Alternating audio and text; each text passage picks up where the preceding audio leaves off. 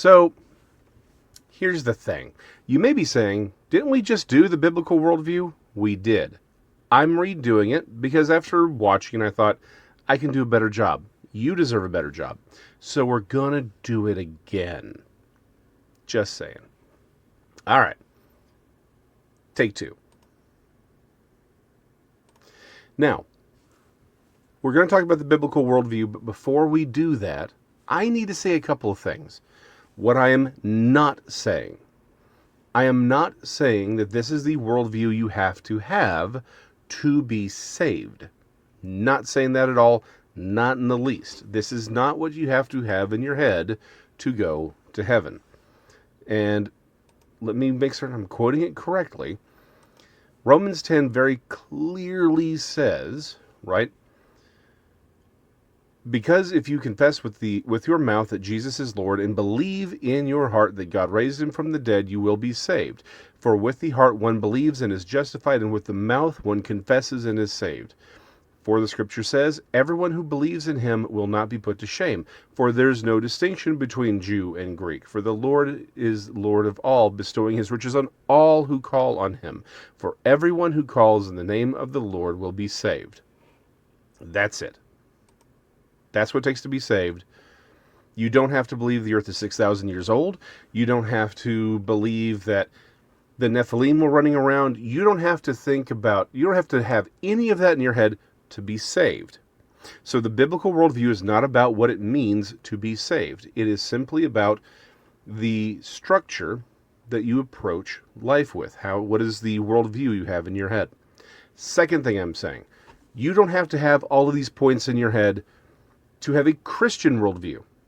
I would submit that many Christians over the centuries have had problems or denied multiple points that I'm about to make. Still Christians, still have a Christian worldview. I would say that they were wrong, they were incorrect. They did not have a truly biblical worldview, but they had a Christian worldview, and they were still Christians. So again, this is not what it takes to be saved.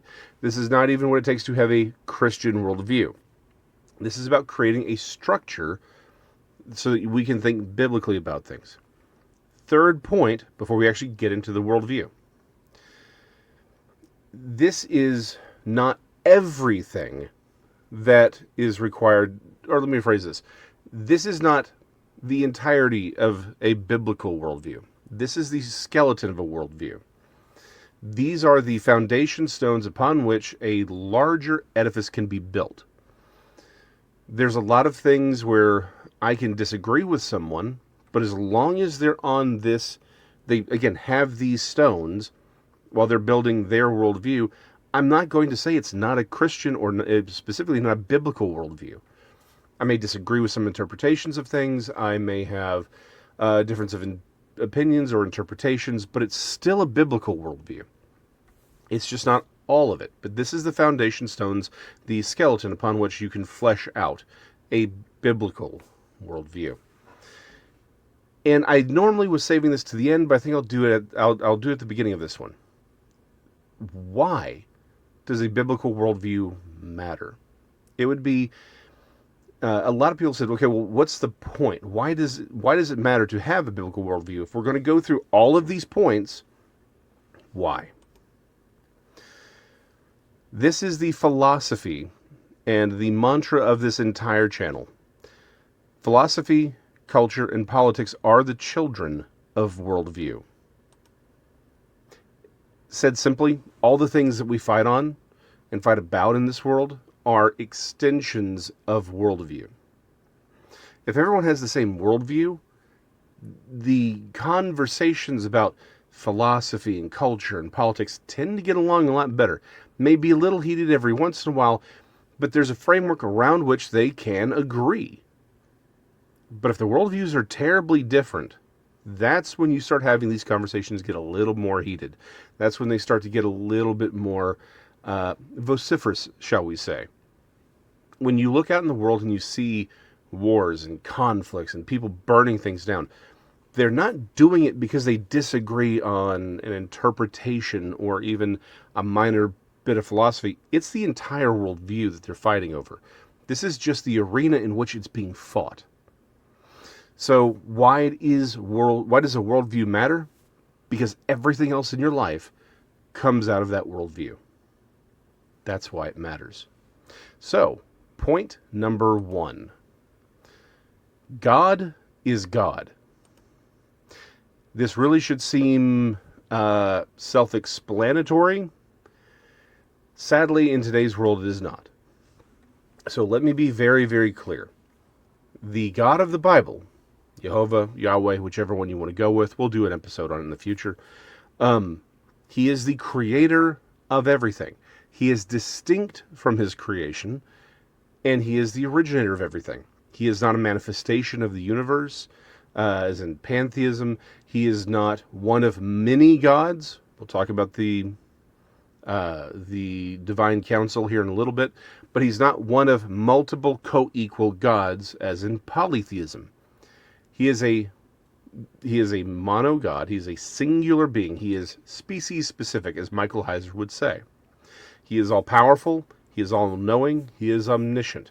He is distinct, as I said earlier, distinct from the universe that he created. He is the originator of it. He is not a part of it. He can be in it. He can move within it. He understands what's going on in it, but he's not of it. It is a created order. He is also the thing that created all supernatural beings, like, call them angels. There'll be a whole future episode as to why angels and demons are probably incorrect monikers to use. For the time being, we'll use that, right? Angels, demons. He is the originator of all of those things, not the demons per se. Again, there's a lot of it, but we'll say the forces that have turned against him and those on his side, supernatural, all created by him. They are not co-equal to him in any way. He created them. He created the universe in which they inhabit, and it is distinct from ours. He also created our universe, the material plane, and us. He created all of us, Adam and Eve. We'll come back to them here in a second. And he created the universe to be with us. Genesis 1. The climax is not the creation of man. It's the fact that God rests. I recommend Heiser's work on this. But a quick, TLDR, as the children would say, is the point of the story is always the end of the story. Where does it end on? In ancient, Canaanite, Ugaritic thinking of the time, where does a god rest? He rests in a temple, or she would rest in a temple. That's why you built temples. The end of Genesis 1, going to Genesis 2, God rests because he's built his universe, or his own temple, to be with us. That's the climax of Genesis 1. Why does that matter? Because this is not an accident. This was designed for us so that he could be with us. That's a big frame of mind, or a big frame of reference that will change how you view this planet that we live on, how you view us. So, on to the next point, which was not that one. I was a little earlier. We'll talk about them later. Adam and Eve. That's the next point. I know what you're saying. Okay, so you're saying I have to believe the earth was 6,000 years? Nope. Again, direct creation, guided evolution is irrelevant to this point. There has to be an Adam and Eve. There needs to be one person who serves as the representative of man before God. Or as Romans 5:12 says, therefore, just as through one man sin entered the world, and death through sin, and so death spread to all men because all sinned.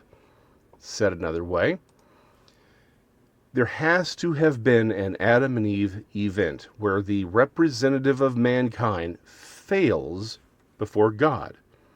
Therefore, sin has entered into our world, affects us, and we need in Christ, the one man through whom sin is then resolved. So there does need to be an Adam and Eve. Whether this happened 6,000, 7,000, 15, 20 millions of years is irrelevant for this point. There does need to be an Adam and an Eve, and there needs to be an initial failure that caused sin to enter into our world and to need to be resolved. And the fact that it's one person who stands as the representatives of humanity allows Christ to be the new man. See? Now, on to the previously spoiled Genesis 6. Yeah, the Nephilim matter. And we're going to be doing the next 2 episodes on the Nephilim and the Sethite theory. We will debunk the Sethite theory very quickly. And so for the purposes of our conversation, I'm not going to say that you have to believe that angels took on physical bodies and had sex and had children, these children of the Nephilim. That's not necessarily a requirement to believe that Genesis 6 matters. What you do need to believe is that something supernatural did occur. There was a commingling. The how is irrelevant. But that the Nephilim themselves, the things that are pointed to here and later in the Old Testament, are non-human. This is a big point. We'll talk about it again into the weeds and the details in this upcoming episode. But you do need to think that these are non-human and that these are the origins of the demons and the evil spirits that Jesus is casting out of people during his ministry. That needs to be in your head. Again, if the battles between philosophies and politics and cultures are children of worldview, and this is why worldview matters. As we said in the very first episode on this channel, a supernatural worldview is necessary, because if you screw that up, you open yourself up to a lot of dangers. And these things that we are battling often come from this event here, or perhaps even some later events. Again, we'll talk about it later. So you do have to have the Nephilim in your head. You do have to think about the Raphaim. Basically, same thing. We'll go through the details later. But these are non-human. They are supernatural to a point, and they are the origins of demons that Jesus removes from during his exorcisms, during his ministry. Next point is the flood. Yeah, this one's a little controversial too. Shouldn't be. As I will say, there's a lot of ways to slice this particular pie. You don't necessarily have to believe that 4,000 years ago there was a worldwide flood and every inch of the earth was covered. You don't have to think that. We'll go over what I believe and all the nuances of different beliefs, but you do need to think that there was a flood. That this wasn't a yearly flood. This wasn't a normal thing. This was a pretty substantial event. And let me go to 2 Peter, because this is kind of a big deal, right?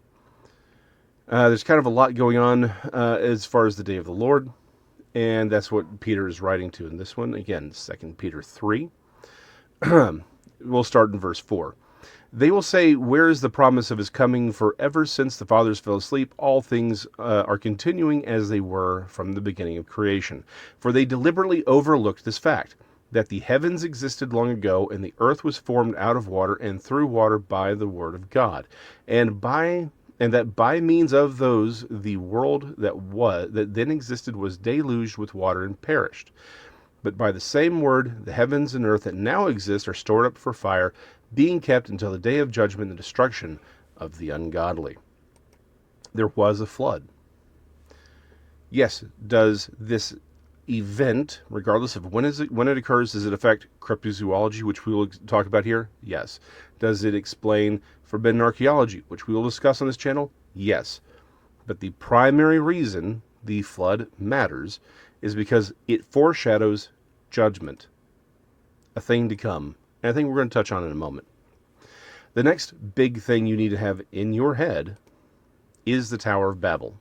Obviously, this is probably not what it looked like. It didn't get that tall. It was most likely a ziggurat.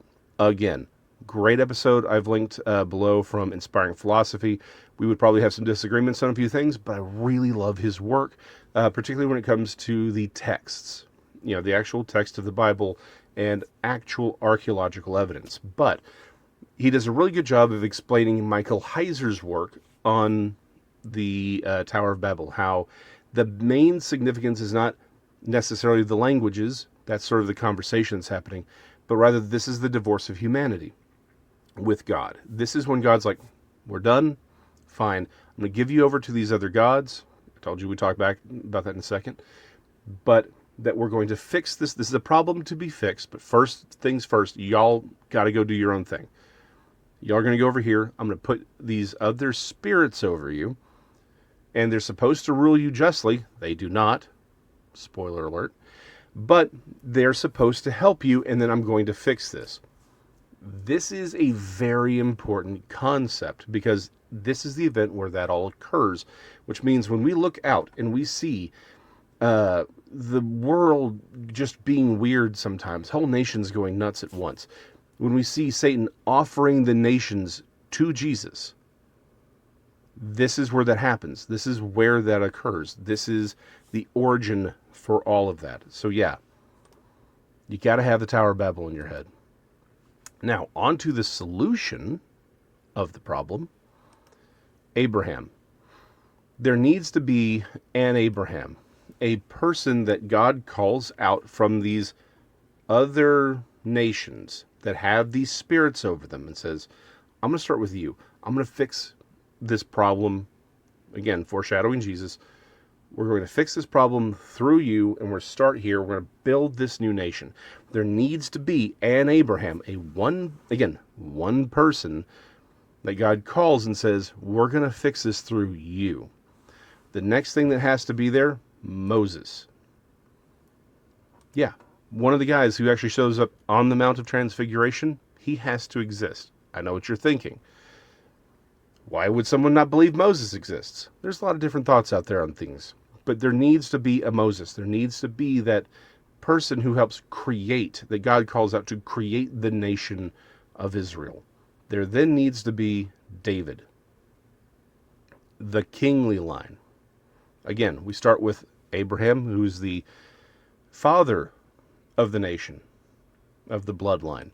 We then have Moses, who is the lawgiver for this nation. Then we have David, who is now the king, the kingly line for this nation.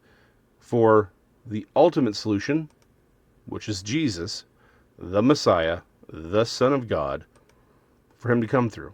He has to come through this line in this new nation, which God is over, to bless everyone, to solve all of the problems from day one, right? This problem, this problem, this problem. He's the one who solves it. So yeah, to have a truly biblical worldview, you need to think and have in your head that Jesus lived, died, was resurrected, and ascended to heaven. That his sacrifice is what's needed for all of this to be fixed. I go back to what is the one requirement to be a Christian, right? To be saved. Everyone who calls on the name of the Lord will be saved, right? Because if you confess with your mouth that Jesus is Lord and believe in your heart that God has raised him from the dead, you will be saved. That's it. I'm not adding anything to it. I will not take anything away from it. This is the man. He fixed this stuff at his death, burial, and resurrection. His sacrifice is what's fixing it. Lastly, the last thing you have to have in your head to have a truly biblical worldview is that he is coming. That he's going to fix all of this. Like I said before, this foreshadows this. That's it. Now, I'm not going to say you have to be pre-trib, mid-trib, post-trib. I'm not saying you have to be, you can be, if you're a preterist, fine. We're going to talk about all those positions. You're like, what's a preterist? We'll talk about it. What you have to believe is that the same Christ that went up is coming back down, that he will judge the living and the dead, and that there will be a new Jerusalem in which he lives and reigns with all of us. that this world system as we see it will come to an end. That's what you have to have in your head. You don't have to think it's coming soon. Maybe you think, sure, it's going to happen, but it'll happen in the future. Fine. But you have to know it's going to come to an end. You have to know in your heart and in your head and realize he's going to come and fix all this because we can't. We have proven that since day one, we can't solve anything. In fact, every time we get a chance, we screw this up. Pretty consistently. That's why this has to happen. That's the story. God made the universe. He made the angels. He made the supernatural beings. He made us. We screwed it up. We screwed it up again. Tried to fix it. We screwed it up again worse. God has to fix it. He fixes it with Jesus. Twice. This is for sin. This is for the world. That's the biblical worldview, people. It's no more complicated than that. He made it. We screwed it up. And he'll fix it. That's it. That's what you got to have in your head. Not to be saved, not even to have a Christian worldview, but to have a truly biblical worldview. And again, why does it matter? Because philosophy, culture, and politics are the children of worldview.